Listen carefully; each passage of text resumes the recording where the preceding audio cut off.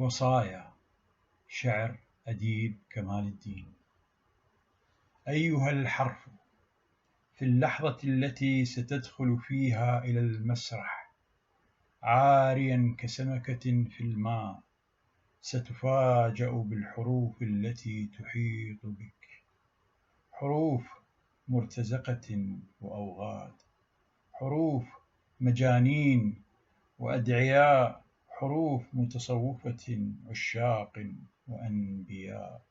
ستفاجأ وأنت تدخل إلى المسرح عاريا كطفل ولد الساعة بدموع تلك الحروف، أو ندمها، أو ارتباكها، أو أكاذيبها، أو هلوستها، أو ضياعها.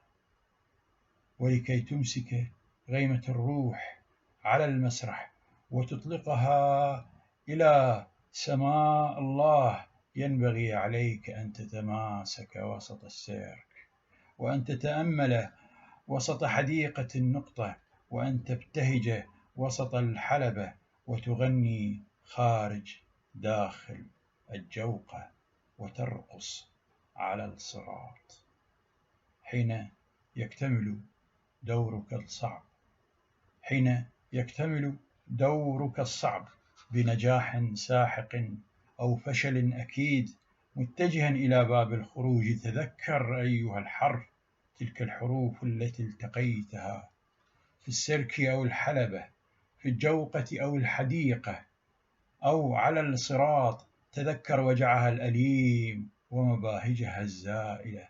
تذكر كيف كشفت بسر العارفين ولوعة المحبين دموعها، ندمها، ارتباكها، أكاذيبها، هلوستها، وضياعها الأبدي. أديب كمال الدين.